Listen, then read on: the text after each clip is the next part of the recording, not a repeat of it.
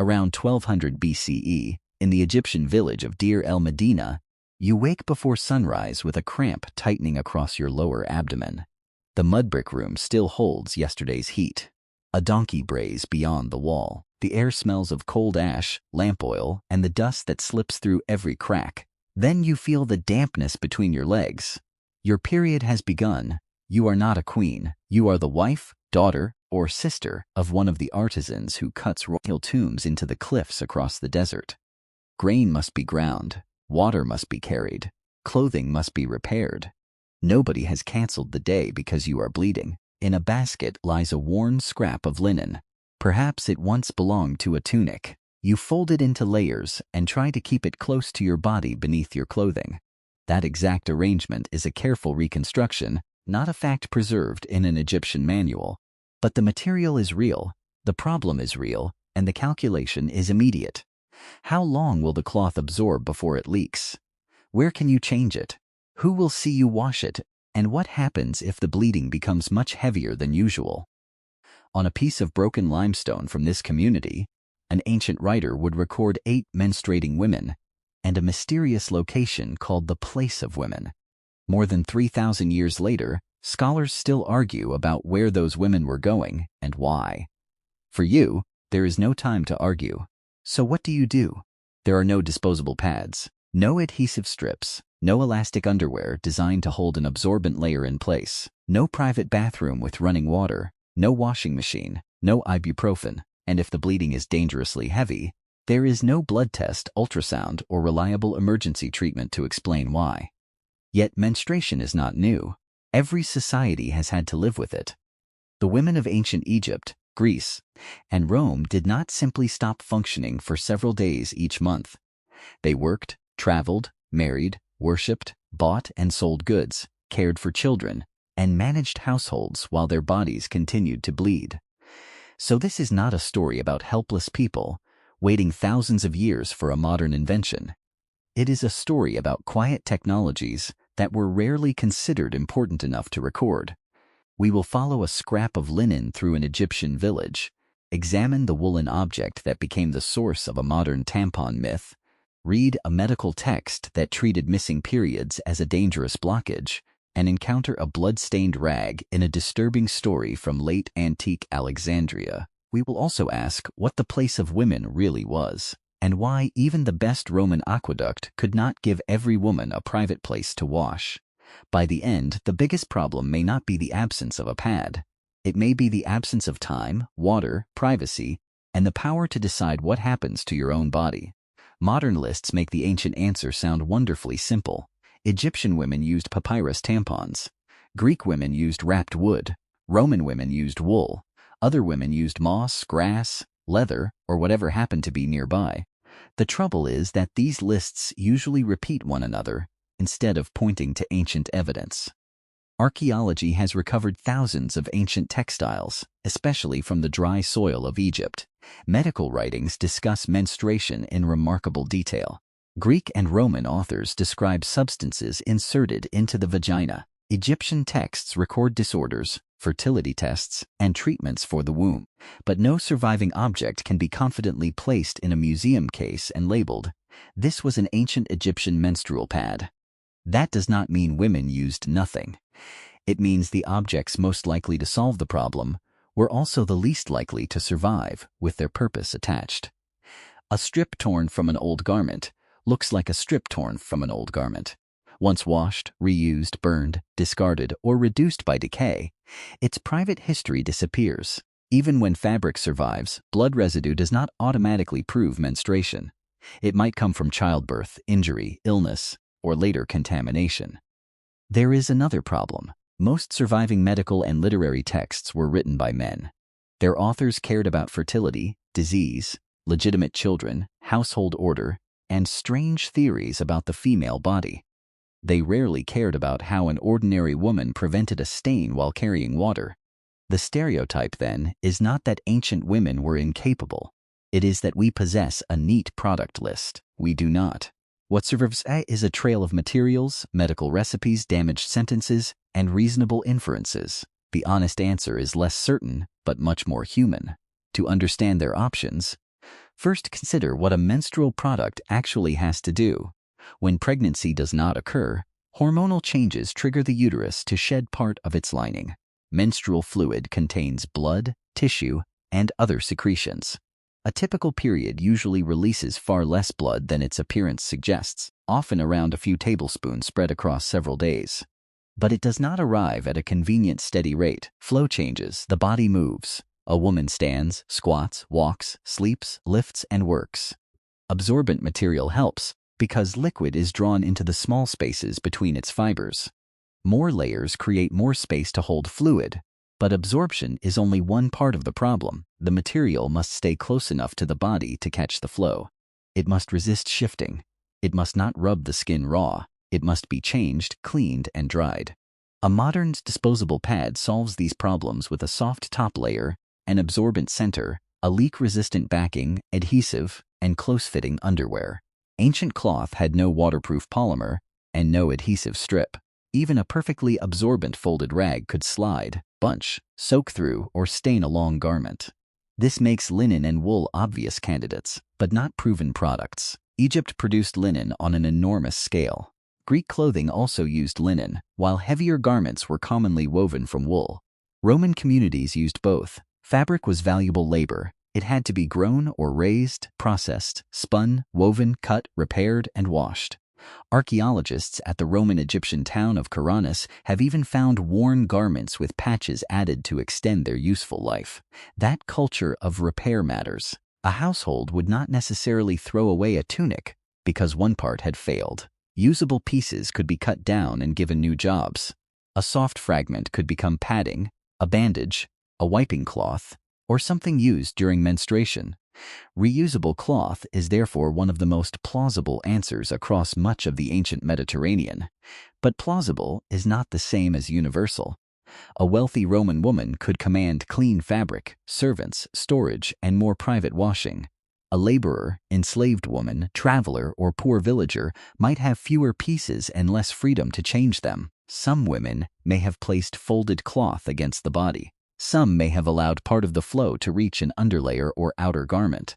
Practices probably changed with climate, occupation, wealth, age, and personal preference. And what about the famous Egyptian papyrus tampon? Papyrus was a real and extraordinarily useful plant. Egyptians made writing material, rope, baskets, sandals, mats, and boats from it. But the familiar claim that women softened papyrus and inserted it to absorb menstrual flow has no secure foundation in the surviving Egyptian medical texts. Those texts do describe vaginal treatments. Ingredients could be applied internally to address fertility, contraception, or irregular bleeding. But an inserted medical preparation is not automatically a tampon used during an ordinary period. Papyrus the plant is also not the same thing as modern soft paper. The Greek wool tampon story has a similar problem. Hippocratic medical writings describe removable preparations placed inside the vagina, often with medicine carried or wrapped in wool. Translators may call these objects pessaries. A Greek word associated with a plug or dressing can also be translated in ways that sound like the modern word tampon. In another medical context, a similar object was used to pack an injured nose. That proves ancient practitioners understood how to insert wool or lint as a carrier for treatment. It does not prove Greek women routinely used wool tampons to catch menstrual fluid. This distinction sounds small, but it changes the picture. The medical authors were often trying to make bleeding begin, stop abnormal bleeding, deliver a drug, or treat what they believed was a disorder. They were not writing a user guide for an ordinary monthly period. Domestic knowledge may have remained oral. A mother could show a daughter how to fold, position, rinse, or conceal a piece of cloth without any male physician ever recording the method. The most practical knowledge may be missing precisely because it was ordinary. Now return to Deal Medina and the broken limestone note. The object is known as Ostrakon OIM 13512. Its brief hieratic inscription refers to 8 women who were menstruating and to a place of women. Parts of the text are damaged. Even the direction of movement has been debated. Were the women going out to this place, coming from it, or moving through the village together? One interpretation is that Deir el-Medina had a shared space for menstrual seclusion. Small structures stood outside the crowded settlement, and the village houses had rooms whose uses are not always clear. Perhaps menstruating women withdrew from normal domestic life. Perhaps the space offered rest, water, companionship, ritual separation, or some combination of these. But the Ostrakhan does not give us a floor plan. It does not call the location a punishment hut. It does not tell us that every Egyptian woman in every century was isolated during every period. Deir el-Medina was a highly unusual state-supported community, and one damaged note cannot define an entire civilization. The place of women may reveal a restriction. It may also reveal support. 8 women in a shared location could exchange cloth, labor, knowledge, food, and reassurance. Separation can be imposed, chosen, protective, exhausting, or all of these at once. The surviving words cannot tell us how the women themselves felt. What they do tell us is that menstruation could affect movement through space. That brings us to the resource hidden behind every reusable solution: water. A bloodied cloth has to be removed. The body and clothing may need to be cleaned. The cloth must be rinsed or washed, and then dried before it is used again. Today, public health guidance for reusable menstrual materials emphasizes accessible water, cleaning, thorough drying, and privacy. The ancient world understood washing, but access was unequal and labor-intensive. Rome is famous for aqueducts and baths, yet monumental water systems did not place a private tap in every apartment. Many residents collected water at public fountains and carried it home in containers. The farther the room from the fountain and the higher the stairs, the more each additional wash cost in time and effort. Water needed for drinking and cooking competed with water used for cleaning. Public baths could make bodily washing easier, but they were public. Men and women might bathe at different times or in separate spaces.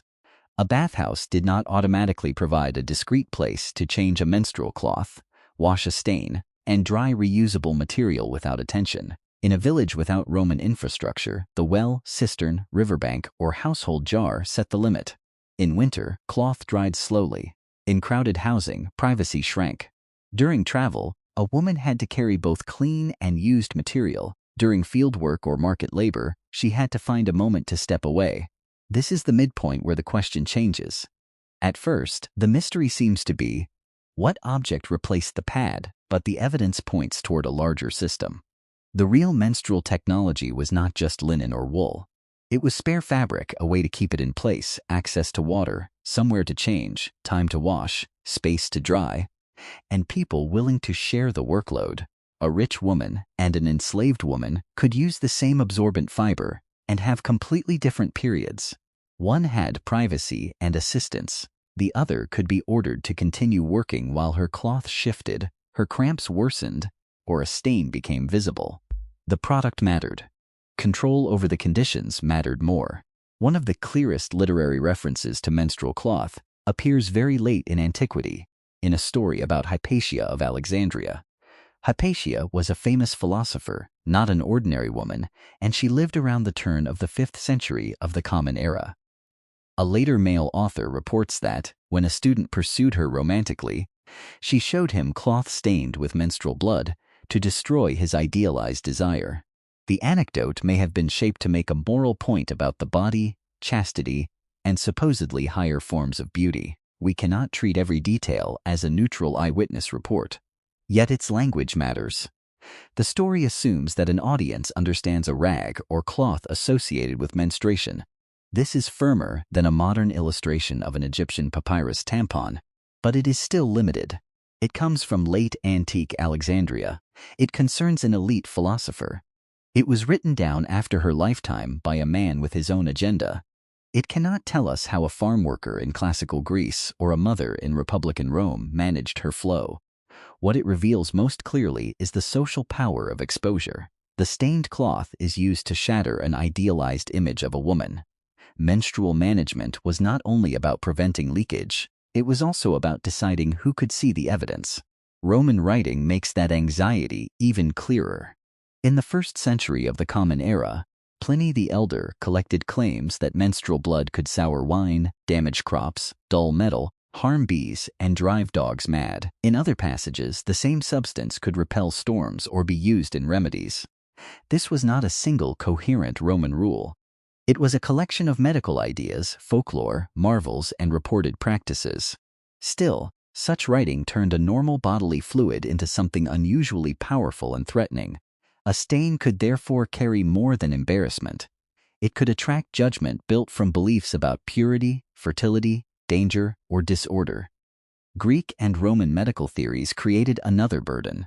Many physicians believed menstruation removed excess blood or harmful material from the female body.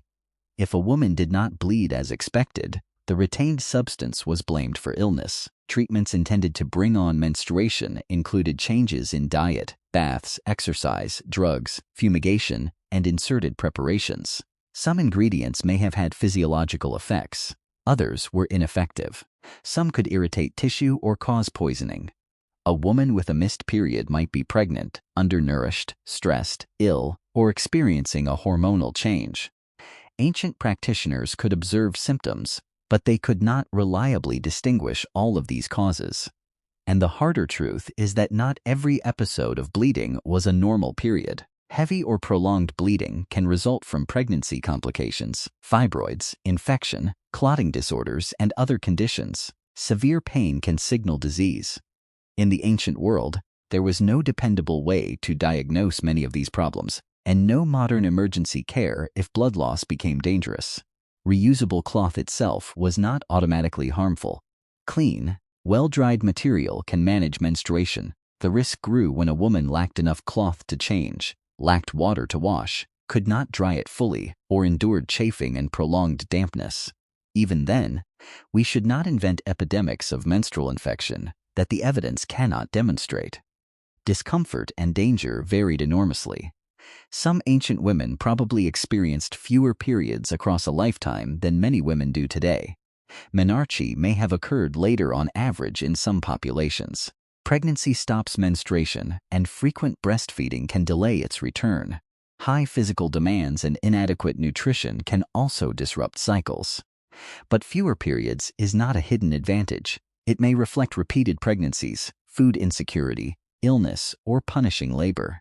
Childbirth introduced far greater risks of hemorrhage and infection. Not every woman married, conceived, breastfed, or followed the same pattern. Exact claims that all ancient women menstruated only a certain number of times are impossible to defend.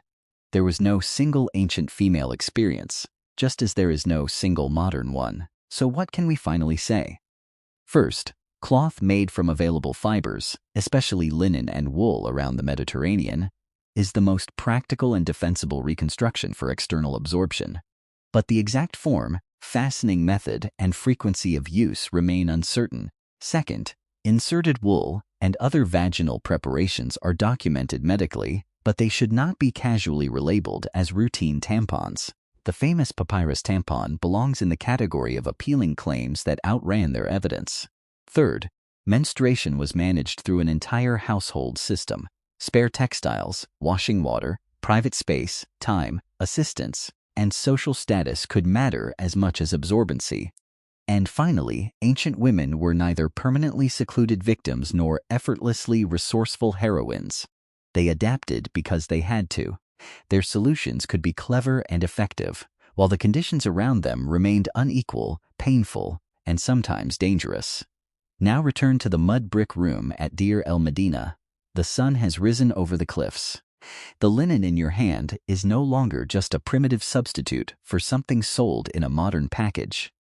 It represents flax planted and harvested, fiber spun, thread woven, clothing worn, fabric patched, and one remaining piece saved for another private use.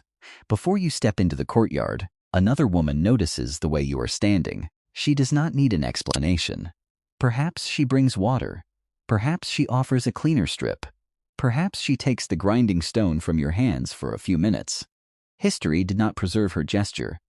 It preserved royal tombs, medical theories, and a broken limestone note about 8 women. But ordinary survival was often built from gestures exactly like that one. You may take one advantage back to Deir el-Medina: unlimited clean linen or private running water. Which do you choose? Let me know in the comments. Subscribe if you want to keep exploring the hidden lives of ancient women.